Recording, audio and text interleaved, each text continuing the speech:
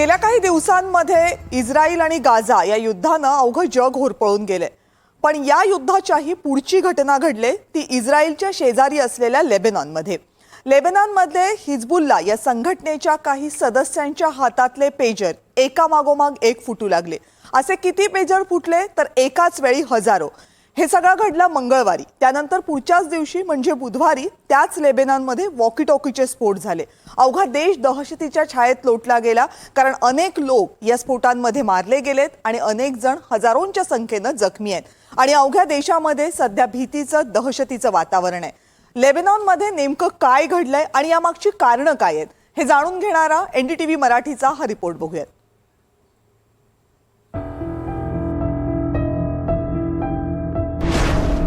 रस्त्यावर फळं घेताना अचानक स्फोट, गाडी चालवत असताना अचानक स्फोट, दुकानात खरेदी करत असतानाच अचानक स्फोट, रस्त्यावरून जात असतानाच शेजारच्या माणसाजवळ स्फोट। मध्य पूर्वेतील लेबनॉन देशातल्या हजारो सीसीटीव्ही कॅमेऱ्यांमध्ये 2 दिवस हीच दृश्य रेकॉर्ड होत आहे। संपूर्ण लेबनॉन देशात 2 दिवसात 4 नव्हे तर हजारोंनी स्फोट झाल्याची माहिती। अवघ्या देशात जणू स्फोटांचं तांडव सुरू आहे। लेबनॉनमध्ये झालेले हे स्फोट हिजबुल्ला या संघटनेच्या सदस्यांजवळ असलेल्या पेजर यंत्राचे होते। मंगळवारी देशभरात जवळपास 2500 पेजर यंत्राचे स्फोट झाले। यामध्ये 14 लोक मृत्युमुखी पडले तर जवळपास 3000पेक्षा जास्त लोक जखमी झाले। या स्फोटामध्ये अनेकांनी आपल्या हाताची बोटं गमावली तर काहींच्या डोळ्याला गंभीर इजा झाली आहे। मंगळवारच्या या हल्ल्यातून लेबनॉन सावरतो न सावरतो तोच बुधवारी अवघ्या देशभरात एकाच वेळी जवळपास शेकडो वॉकी टॉकींचे स्फोट झाले। या स्फोटांमध्ये किमान 20 जणांचे जीव गेले आणि 500 लोक जखमी झाले। अवघ्या देशात दहशतीचं वातावरण पसरलं। लोक मोबाईललाही हात लावायला घाबरतात। अवघा देश जणू तिथेच थांबल्याची स्थिती आहे। पण इतिहास जमा झालेले पेजर आणि क्वचितच वापरले जाणारे वॉकी टॉकी लेबनॉनमध्ये इतक्या मोठ्या प्रमाणावर का वापरले जात होते? पेजर यंत्र सध्या जगभरातल्या कम्युनिकेशन टेक्नॉलॉजीमध्ये फारसं वापरलं जात नाही। मोबाईलचा वापर सुरू झाल्यानंतर पेजर यंत्राचा वापर जवळपास बंदच झाला। पण अनेक दहशतवादी यंत्रणा, सुरक्षा यंत्रणा पेजर यंत्राचा वापर करतात आणि याचं एकमेव कारण म्हणजे या यंत्रांवरून केली जाणारी माहितीची देवाणघेवाण ट्रॅक करता येत नाही। पेजर यंत्रावरून फक्त लिखित मेसेज पाठवले जातात तर वॉकी टॉकीचा उपयोग जवळच्या अंतरावरील संवादासाठी होतो आणि वॉकी टॉकीवरील संभाषणही ट्रॅक करता येत नाही। लेबनॉनमधील हिजबुल्ला संघटनेच्या सदस्यांना लक्ष्य करत इस्रायलने हा हल्ला केल्याची शक्यता आंतरराष्ट्रीय स्तरावर व्यक्त होतीये। पण इस्रायलने अधिकृतपणे यावर काहीही भाष्य केलेलं नाही। पण या हल्ल्याने अवघं जग मात्र हादरून गेलंय। युद्ध ही कल्पना कोणत्याही सुसंस्कृत मनाला न पटणारीच आहे। बॉम्ब, मिसाईल हल्ले आणि त्यात होणारं नुकसान हे वेदनादायीच आहे। पण हातातल्या वस्तूंचे असे कधीही कुठेही स्फोट घडवून आणण्यापर्यंत युद्धाची व्याप्ती वाढणार असेल तर ही विनाशाची नांदी आहे। Bureau report, NDTV Marathi. तब्बल 2 दिवस लेबनॉनमध्ये हे स्फोटांचं अक्षरशः तांडव सुरू आहे। हजारोंच्या संख्येने जखमी झालेले लोक रुग्णालयामध्ये धाव घेतात। रुग्णालयामध्ये सध्या पुरेशी जागाही उपलब्ध नाहीये। ही सगळी परिस्थिती जी लेबनॉनमध्ये उद्भवलेली आहे त्या परिस्थितीला कारण आहे इस्रायल आणि हिजबुल्ला, लेबनॉनमधली ही एक संघटना आहे, यांच्यामधला गेल्या काही वर्षांमधला संघर्ष। या संघर्षाची व्याप्ती वाढली आणि हिजबुल्लानं जर या हल्ल्याला उत्तर द्यायचं ठरवलं तर मध्य पूर्वेमध्ये सध्या सुरू असलेल्या युद्धाची व्याप्ती आणखी वाढू शकतं आणि त्याचा परिणाम अर्थातच अवघ्या जगाला, भारतासह सगळ्या जगाला भोगावा लागू शकतो। त्यामुळे ही हिजबुल्ला संघटना नेमकी काय आहे, इस्रायलशी या संघटनेचं वैर नेमकं काय आहे आणि त्याचे परिणाम काय होऊ शकतात, या सगळ्याचा आढावा घेणारा रिपोर्टही पाहूयात। मध्य पूर्वेतला युद्धाचा भडका जिथून आणखी पेट घेऊ शकतो त्या भूभागाचा हा नकाशा आहे। इस्रायलचं उत्तर टोक आणि लेबनॉनचं दक्षिण टोक। लेबनॉनच्या याच दक्षिण भागावर वर्चस्व आहे ते हिजबुल्ला संघटनेचं। लेबनॉनसाठी ही फक्त लष्करी संघटना आहे, पण इस्रायलसाठी मात्र हिजबुल्ला ही दहशतवादी संघटना आहे. हिजबुल्ला संघटनेचा जन्म झाला 1970ला. अनेक वर्षे ही संघटना लहानच होती. पॅलेस्टाईन समर्थकांनी लेबनॉनच्या दक्षिण भागातून इस्रायलवर हल्ले केले. या हल्ल्यांना उत्तर म्हणून इस्रायलचं सैन्य लेबनॉनमध्ये घुसलं आणि त्यांचा काही भाग ताब्यात घेतला, जेणेकरून क्षेपणास्त्रे इस्रायलपर्यंत पोहोचणारच नाही. 1980ला एका बस हल्ल्याचं निमित्त झालं आणि इस्रायल सैन्य लेबनॉनच्या राजधानीपर्यंत पोहोचलं. कारवाई थांबेपर्यंत लेबनॉनचं प्रचंड नुकसान झालं. 1982ला याचीच पुनरावृत्ती झाली. इस्रायलच्या याच हल्ल्यांना उत्तर म्हणून लेबनॉनमधल्या शिया मुस्लिमांनी हिजबुल्लाची स्थापना केली. हिजबुल्लाला इराणकडून मोठी लष्करी आणि आर्थिक मदत मिळाली. लेबनॉन सरकारमध्येही हिजबुल्ला अनेक वेळा सहभागी झाली आहे. लेबनॉन सरकारने हिजबुल्लाच्या कारवायांना कधीही विरोध केला नाही. लेबनॉन सरकार आणि हिजबुल्ला एकमेकांच्या कामात हस्तक्षेप करत नाही. हमास संघटना ही प्रामुख्यानं सुन्नी मुस्लिमांची आहे. मात्र इस्रायलला विरोध या मुद्द्यावर हिजबुल्ला आणि हमास एकमेकांना मदत करतात. गाझा पट्टीत हमासला भुयारी जाळं विणण्यात हिजबुल्लाची मोठी मदत होती. सध्या हिजबुल्लाची लष्करी ताकद प्रचंड मोठी आहे. अत्याधुनिक संपर्क यंत्रणा, शस्त्रास्त्रे यामुळे हिजबुल्लाची ताकद इस्रायलही नजरेआड करू शकत नाही. 2000 ते 2006 पर्यंत इस्रायल आणि हिजबुल्ला यांच्यात शांतता होती. इस्रायल गाझा युद्ध सुरू झाल्यानंतर हिजबुल्लानेही इस्रायलवर हल्ले सुरू केले. हिजबुल्ला संघटनेच्या सदस्यांचे पेजर आणि वॉकी टॉकीचे स्फोट हे इस्रायलवरील हल्ल्यांचं प्रत्युत्तर मानलं जात आहे.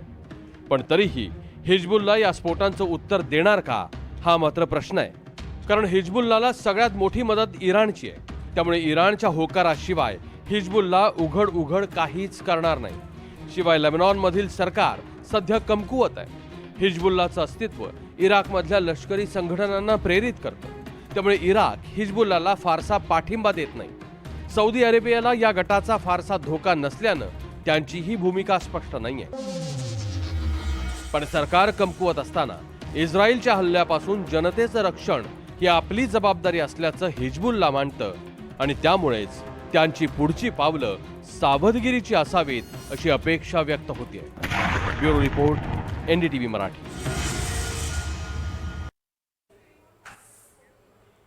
हा हल्ला जरी हिजबुल्लाच्या सदस्यांवर झाला असला, पेजर आणि वॉकी टॉकीचे स्फोट हे लेबनॉनमध्ये झाले असले, तर या हल्ल्यामुळं अवघं जग चिंतेत आहे. आणि याचं कारण आहे, ज्या प्रकारानं हे हल्ले झालेत तो प्रकार जर जगभरातल्या इतर देशांमध्ये वापरला गेला तर अवघ्या जगामध्ये इलेक्ट्रॉनिक उपकरणं वापरणं हे जिकरीचं होऊ शकेल आणि जगभरातल्या सुरक्षा यंत्रणांसाठी ते मोठं आव्हान बनू शकेल. आणि म्हणूनच हल्ला जरी हिजबुल्लावर झाला असला तरी टेन्शन मात्र जगाचं वाढले.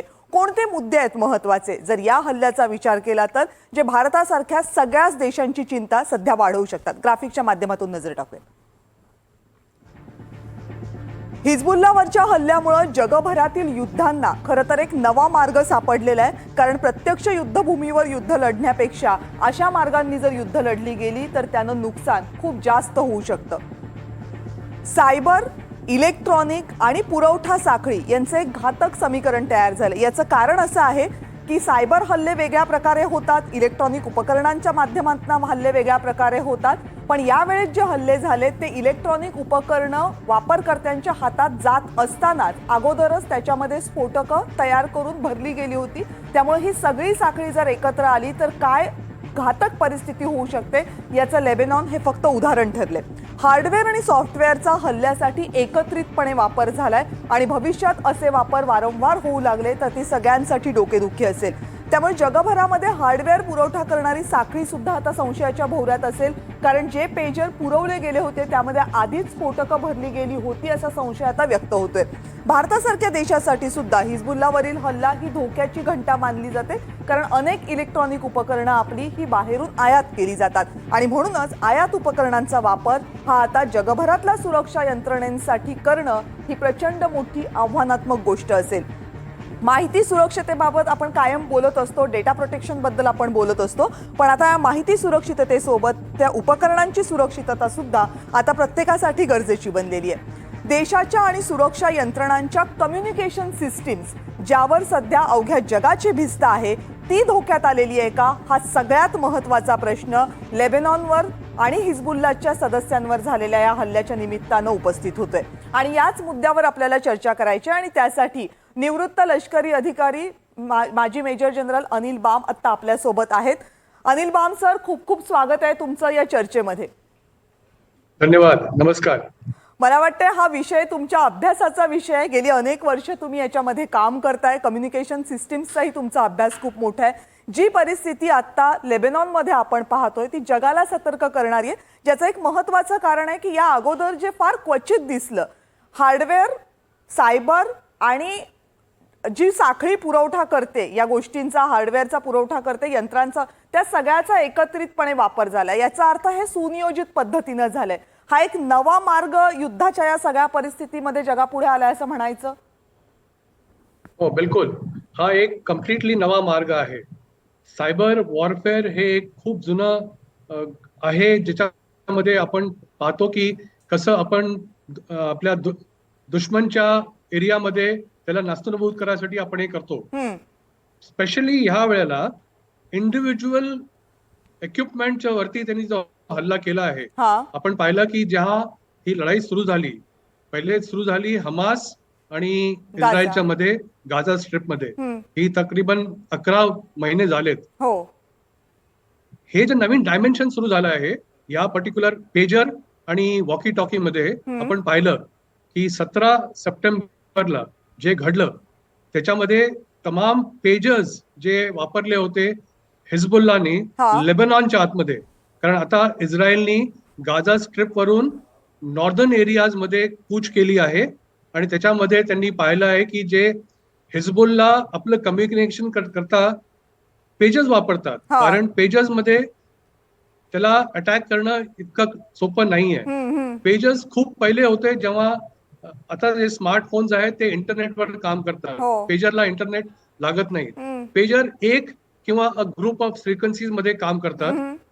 इस्रायलनी ह्याचाच फायदा घेऊन त्या 2 थिअरीज आहेत, तुम्ही जसं म्हणाला होता की विस्फोटक आधीच डिप्लॉय केलं होतं बॅटरीच्या बरोबर आणि ते एका निश्चित वेळेला ते डिस्ट्रॉय केलं.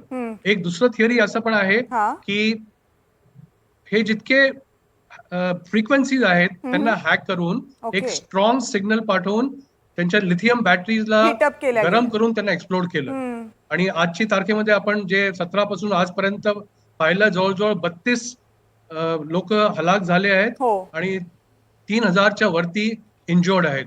हे एक खूप मोठं नवीन डायमेन्शन आहे जे उघडलं आहे. हे आजपर्यंत विश्वामध्ये कोणी केलं नव्हतं.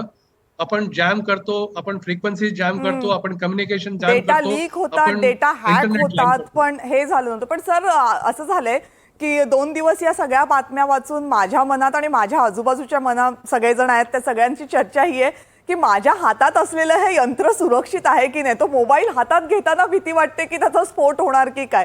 ही भीती मला नाही वाटत की अनाठायी असावी, प्रत्येकाच्या मनात स्वाभाविकपणे येईल जर हे असं होणार असेल तर. उलट जे तुमच्या हातामध्ये स्मार्टफोन आहे ते तर आणखीन सोपं आहे हॅक करून त्याला डिस्ट्रॉय करायला आणि त्याच्यावरती एक्सप्लोड करायला. पेजर्स आणि वॉकी टॉकी हे एक बेसिक इक्विपमेंट असून सुद्धा त्यांनी हे अचीव्ह केलंय. तुमचं म्हणणं अगदी बरोबर आहे.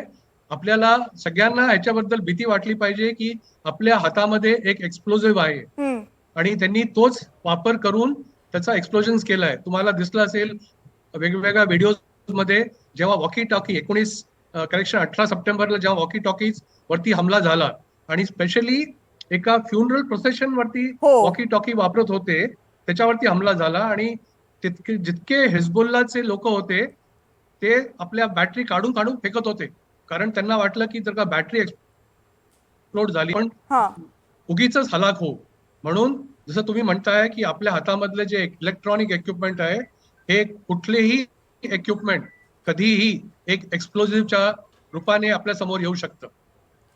ही भीती सगळ्यांच्या मनात आहे, पण त्यानंतर आता जी पुढची भीती येते ती एकूण सुरक्षा यंत्रणांच्या दृष्टीनं आणि भारताच्या दृष्टीनं मला तुम्हाला प्रश्न विचारायचे आहेत. पण एक छोटासा ब्रेक घेते सर, आणि त्यानंतर मला एकूण आपल्या देशाच्या सुरक्षा व्यवस्थेचा विचार करता याचं गांभीर्य नेमकं काय आहे याबद्दल तुम्हाला विचारायचं आहे. लगेच परत येतो एक छोटासा ब्रेक घेऊन. पाहत रहा NDTV मराठी. हे आहे NDTV आणि आपण पाहत आहात NDTV मराठी. ब्रेक नंतर आपल्या सगळ्यांचं या विशेष चर्चेमध्ये पुन्हा एकदा स्वागत. हिजबुल्लाच्या सदस्यांवर हल्ले झालेत. लेबनॉनमध्ये हा हल्ला झालाय. कुणी केलाय हे अजूनही स्पष्ट नाहीये, पण 2 दिवसांमध्ये हजारोंच्या संख्येनं इलेक्ट्रॉनिक इक्विपमेंटचे स्फोट होणं ही जगभरातली कदाचित पहिली घटना आहे आणि त्यामुळे सगळ्या जगाचं टेन्शन वाढले.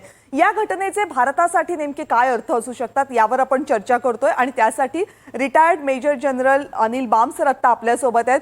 बाम सर, मघाशी आपण बोलताना अनेक गोष्टींचा उहापोह केलात, पण भारताचा विचार केला तर आपण जर सीमेवर बघितलं तर चीनशी आपल्या लढाई म्हणता येणार नाही, पण कायम आपल्या कुरबुरी सुरू असतात, चर्चा सुरू असतात आणि त्याच चीनमधनं अनेक गोष्टी विशेषतः इलेक्ट्रॉनिक इक्विपमेंट्स भारतामध्ये येत असतात. कोविडच्या काळामध्ये तर आपल्याकडच्या इलेक्ट्रॉनिक वाहनांचं उत्पादन थांबलं होतं, कारण बॅटरीसाठी लागणारा महत्त्वाचा कंपोनंट हा चायनामधून आपण आणायचो तो येत नव्हता. आता ही सगळी परिस्थिती आणि प्रामुख्यानं जी पहिली थिअरी आहे की सप्लाय चेनमध्ये गडबड असू शकते, तिथून एक्सप्लोजिव्ह प्लांट होऊ शकतात, असं जर सगळं बघितलं तर भारतासाठी ही सगळी गोष्ट किती चिंताजनक आहे? तुमचं म्हणणं एकदम बरोबर आहे. कुठल्याही देशासाठी जसं आपण म्हणतो की आपल्याला आत्मनिर्भर होणं खूप जरुरी आहे. तुम्ही एक चांगलं उदाहरण दिलं की आपल्याला जेव्हा इलेक्ट्रॉनिक इक्विपमेंट पाहिजे होतं आणि जे मॅक्सिमम चायनामधून इम्पोर्ट होत होतं ते येणं बंद झालं. म्हणून आपल्याला आपल्या देशासाठी आत्मनिर्भर होऊन आणि जे चिप मॅन्युफॅक्चरिंगचं आपण बोलतो आहे हे करायला पाहिजे. हे जितक्या गोष्टी आहेत की काय काय होऊ शकतं, हे इलेक्ट्रॉनिक वॉरफेअर आणि हे वॉर गेम केलं जातं. प्रत्येक देश आणि स्पेशली भारत, की आपल्याकडे पाकिस्तान आणि चायना हे 2 मेजर एनिमी देश आहेत जे नेहमी प्रयत्न करतात की कसा भारताला त्रास दिला जाईल. इलेक्ट्रॉनिक वॉरफेअरचं वॉर गेमिंग केल्यानंतर ह्याच्यामध्ये इलेक्ट्रॉनिक वॉरफेअर म्हणून EW पूर्ण सेक्शन आहे. त्याच्यामध्ये इलेक्ट्रॉनिक काउंटर मेजर्स, आम्ही त्याला ECM म्हणतो, आणि त्या ECM ला तोडायसाठी इलेक्ट्रॉनिक काउंटर मेजर्स असतात आणि त्या इलेक्ट्रॉनिक काउंटर मेजरला पुढे जाण्यासाठी इलेक्ट्रॉनिक काउंटर मेजर्स असतात. हे असं वेगवेगळ्या लेवलला हे चालत जातं, कारण हे प्रत्येक गोष्ट वॉर गेम केली जाते की जर का लढाई झाली, युद्ध झालं तर कुठे कुठे आपल्याला कुठे कुठे त्रास होऊ शकतो. फॉर एक्झाम्पल, जर का सायबर अटॅक झाला आणि रेल्वेज बंद झाली तर जे कम्युनिकेशन बंद होतील, लॉजिस्टिक बंद होईल, आपला पुरवठा अणू आणि जितके आपले हातगोळे आहेत किंवा ॲम्युनिशन आहे ते वेळेवर पोहोचणार नाही. कमांडर्स आपल्या ट्रुप्सला कमांड करू शकणार नाहीत, कारण त्याच्यापर्यंत ऑर्डर जाणार नाही. हे एक खूप भयावह आहे. म्हणून काउंटर मेजर्स आणि आत्मनिर्भरता, आपण ऐकलं असेल मध्ये हिंदुस्थाननी ठरवलं आहे की इलेक्ट्रॉनिक आयटम्स कुठलाही असो, सायबर असो, नॉर्मल मोबाईल पासून लॅपटॉप पासून मोठ्या मोठ्या इक्विपमेंट आपण चायनामधून बिलकुल इम्पोर्ट नाही करायचं. जसं आता इस्रायलमध्ये झालं आहे. नंतर कळलं की जे वॉकी टॉकी 18 सप्टेंबरला ब्लास्ट झाले होते त्याच्यामध्ये जॅपनीज मेड आयकॉन म्हणून कंपनी आहे, त्यांची नावं दिसली होती आणि जपानने म्हटलंय की आम्ही जवळजवळ 10 वर्षापूर्वी हे प्रोडक्शन, हे मॉडेल बंद केलं आहे. म्हणजे कोणीतरी ते कॉपी करून ते वापरत आहे. आणि जेव्हा इस्रायलला कळलं की हिजबुल्ला आपल्यामध्ये पेजर्स आणि वॉकी टॉकी वापरतायत, त्यांनी त्यांचा सबोटाज करून, त्यांना वापर करून ते त्यांना नुकसान पोहोचवलं. भारताला पण ह्या विषयामध्ये खूप सतर्क राहणं जरुरी आहे आणि we need to be on our toes to ensure that nation security comes first and always and every time.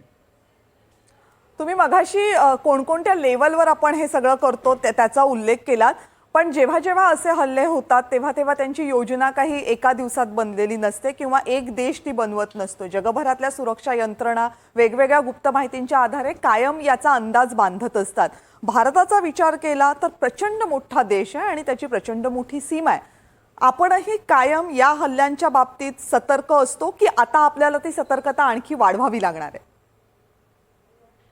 आपला देश सायबर सिक्युरिटीमध्ये खूप पुढे गेलाय.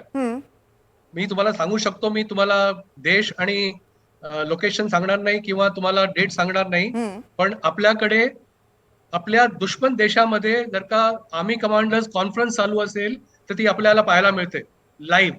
हो. आपलं ते लेवल आहे. आपण कुठेही पोहोचू शकतो, कुठल्याही एरियामध्ये जाऊ शकतो आणि आपलं जे कवच आहे सायबर सिक्युरिटीचं, हे खूप ठामपणे प्लॅन करून हे एक पूर्ण कमांड ह्याच्यासाठी काम करतं. आपण जर का चायनामध्ये पाहिलं तर चायनामध्ये एक 12 स्टोरी बिल्डिंग आहे ज्याच्यामध्ये नुसतं हेच काम होतं आणि लोक बसून दिवसभर वॉर गेमिंग करतात की कुठल्या देशामध्ये कुठे काय हस्तक्षेप केला तर किती नुकसान होऊ शकतं. ऑन द सिमिलर लाईन्स आपल्याकडे पण पूर्ण अभ्यास आहे.